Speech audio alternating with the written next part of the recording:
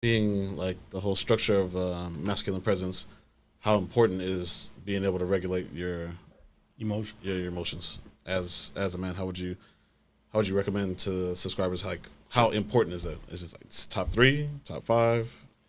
Well, regulating your emotions is super important. I don't start with that though, because I think I would overwhelm the reader. I actually give the guys quick wins.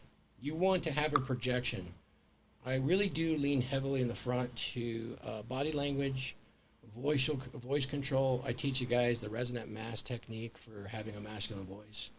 I won't get into here. We go too long, but there are techniques you can do to do your voice, to pace it, how to add inflection, and then also how to use your face. Actors do this all the time, and I go through some techniques to use your face to emphasize what you're projecting to somebody else or to a group. Some of these come from public speaking. I do that. And so some will say you do that and you couple it with a reinvention of your identity. We're always reinventing our identity. It's important. I talk about the basic identities that Carl Jung put out there just to give you a reference on what you might want. And then I use some examples of different types of current hero types, current famous people types, men we admire. And I ask the reader to grab onto something they can see and start to basically fake it until you're like that. Because here's the concept from outside in. Doing this with your behaviors will get you small wins. That will build your confidence. You have to have some confidence to start to tackle your emotions. So I have this question. If you fake it, but you fake it so well that you're actually doing it, and it's a part of your identity now, are you really faking it anymore? No, because you made it. Yes, you have to make it. True. It's now your authentic self. And you got to get past that, because you will be beaten down or punched up saying, oh, you're just faking it till you make it. That concept is insane, because everybody starts somewhere Yeah. from day one. Human beings are the greatest imitators on the planet. So use that to your advantage. Now that you've done that and you've had some wins socially, because I give you some exercises, you're going to have wins, you're going to have losses, you're going to get embarrassed. It's okay. Accept it. Yeah. Move through it. And big part of it is becoming social and building networks with people. Yeah, for real, for real. And then the emotional regulation is critical to your fulfillment and success in life. It really, really is. And to having relationships that last. We live in the age of reactors. Heck, look at YouTube, guys. For real. 80% of us are Yep. reacting to other people's For reactions real. to other reaction Yeah, videos. Are you kidding Very me? true. Very true. Now, you guys have sat here. You've talked to a lot of people. Yeah. You know, most people listen to react to you. Yeah. And they can't even let you finish your sentence before they're reacting. Yeah. That's no emotional control. Yeah. You know, I use a big part of Robert Greene's 48 Laws of Power. I can't remember the number off the top of my head, but part of being a dominant, masculinely present man is saying just a little less than is necessary. Because the human imagination will fill in that gap, and it's always better than the reality. True. Why do you think Instagram works? It's true. Right? It's true. For sure. Yeah. And so, and I'll give you another example out of the book. So where emotional regulation comes into play. So for the last 35 years, I've cried 3 times. That's a release of emotion. You can cry as a man, Yeah. but it should be for you. And it should be under your control. I had a loss of a family member, and I wept. This is probably 20 years ago. And then I accidentally killed one of my favorite dogs. I went to the backyard and I had a little outing, shall we say. That was a sad day. The next time I wept, I saw something amazing. And that's when my wife was in a severe car accident that broke her neck and made her paralyzed from the shoulders down. And she was in severe pain, in traction. I had my mother. I had my ex-wife in the room. I had a friendly female familiar in the room that's a friend, our age. I had my daughter in the room. Probably the most important women in my life. And then, of course, my wife laying on the bed. And not knowing the circumstances, whether she would live or die. And I got along well with all these women, of course. I started to tear up. And I didn't get very far And I could see the panic in all of their eyes from seeing me start to tear up. And I shut that shit down. Why do you think that is? Because they look for you for strength. That's exactly right. You're the masculine presence. So So if That's if exactly they could tell it's right. affecting you, then they're like, oh shit, You don't who we think going that to turn every to woman now? you encounter doesn't look for that, yeah. at least in a wider sense socially? Do you believe majority women can recognize a masculine presence without a man speaking? Most can, because women are very perceptive of body language. I actually go through that quite a bit. How you hold yourself, how you present yourself. You know, let's just go through a few.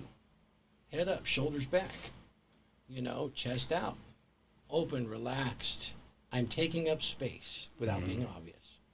If I do it too much, I'm going to come off as a douchebag, and that's not it. Yeah. You guys know there's resting bitch face, right? You know there's resting douchebag face, too, and you can look at it everywhere. The guy that's got the upturned face all the time. And then most of those guys think they're freaking killers with the women, too. Oh, yeah. What do you think? You think the women can see that from a mile away? Yeah, Right? So, I'm sure if we can see it, they can see it. and you also got to kind of have that water rolling off a duck's back with the gals, and they recognize that. Even if they shut you down, you know what? You're self-entertaining. I mean, it's an amazing thing to be self-entertaining. Very true. I mean, I don't know this guy, but look at John Zerka. Is he not self-entertaining? Yeah. I mean, come on. You can't look at that guy and go, fuck, that's got to Because he don't care who You know, laughs, you who have he's to have entertaining a bit himself. of that, and no one's going to say he doesn't have that presence. Yeah.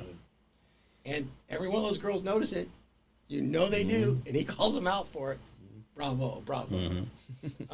So yes, they definitely do recognize it, and particularly they recognize it if they had a strong father figure or a strong male presence in their life that demonstrated those qualities. Okay. Because it comes across as someone that's secure yet comforting, that can handle his own. And here's another big key to having a dominant masculine presence is you're not domineering.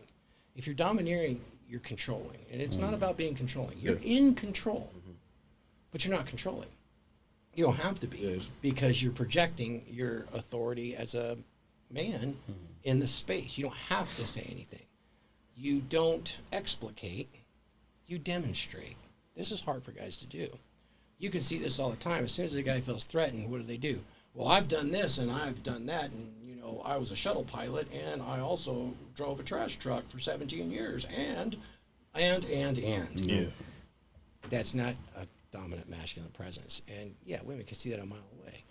Of course they do, anytime somebody questions somebody, and you guys probably ran into it being good interviewers, people will start to embellish upon their accomplishments, start to show that a lot. side. A lot. Yeah. And you know what? It's a natural thing for all of us to do, but not going too far over that edge. And I won't say that doesn't everybody do it. Everybody has the temptation to do that. And our memories aren't that infallible, but holding back from that, saying a little less than is necessary, very perceptive women see that. And they want to know what? That's that mystery. They want to know more, And this is another funny story. So, I'm not a dating coach. I don't do anything like that. This book did start from a lecture series I gave. And it was on principles of long-term relationship success, coupled with one called How I Became Durable. That was about me suffering a huge electrical burn early in my life and coming back from it. And then there was another one which was called Curing a Dead Bedroom. Out of all of those, I did so many video lectures, and I did some seminars on this. This kind of was the outgrowth, because I saw the same things going. They needed something a little more tangible, because every one of those had something to do with about a man striving to improve and carry his burden of performance forward. One thing he was missing is himself as his own center point of origin.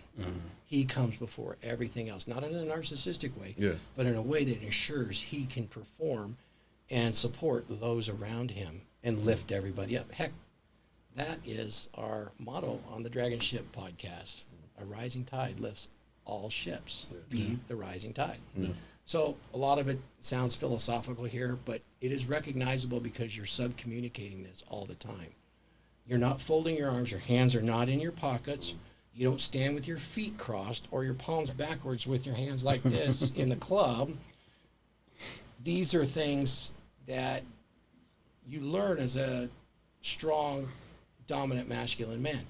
How many people know how to give a masculine handshake? Not A classic one. a lot. Not a lot. I mean, a lot of guys that want to come off bold will try to grab your knuckles and squeeze the shit out Oh of you, yeah. right? Mm-hmm. So if you get through the book and you get to the quick references, I'll show you the iron finger handshake that once you learn it, you will just love it because it gives you pretty much complete dominance over anybody you shake hands with. Okay. And it's a technique that's really simple. It was taught to me many, many years ago. I can't believe this isn't how men shake hands. They'll do all this stuff, and I'm not talking a bro handshake. I'm talking a classic suit and tie handshake, right? A political handshake. They'll overclasp, do all that. Simple move of this finger right here, and I'm in complete control of a handshake.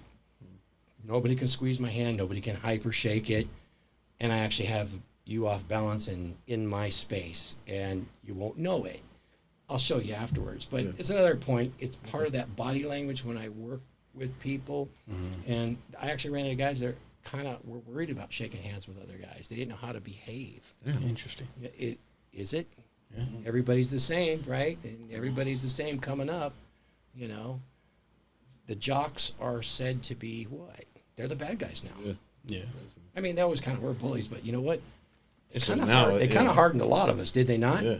For sure. I love think my bullies because needed. I fought back at them and Yeah, it it's taught me needed. huge lessons. I really do. Yeah. I thank God for them. And at least in one case, I got a friend out of it.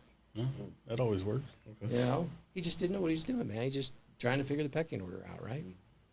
So sometimes it's just that kind of ignorance. Yeah. And if you had a good dad, actually, you know, that was dominant and masculine, he would have done way better too. So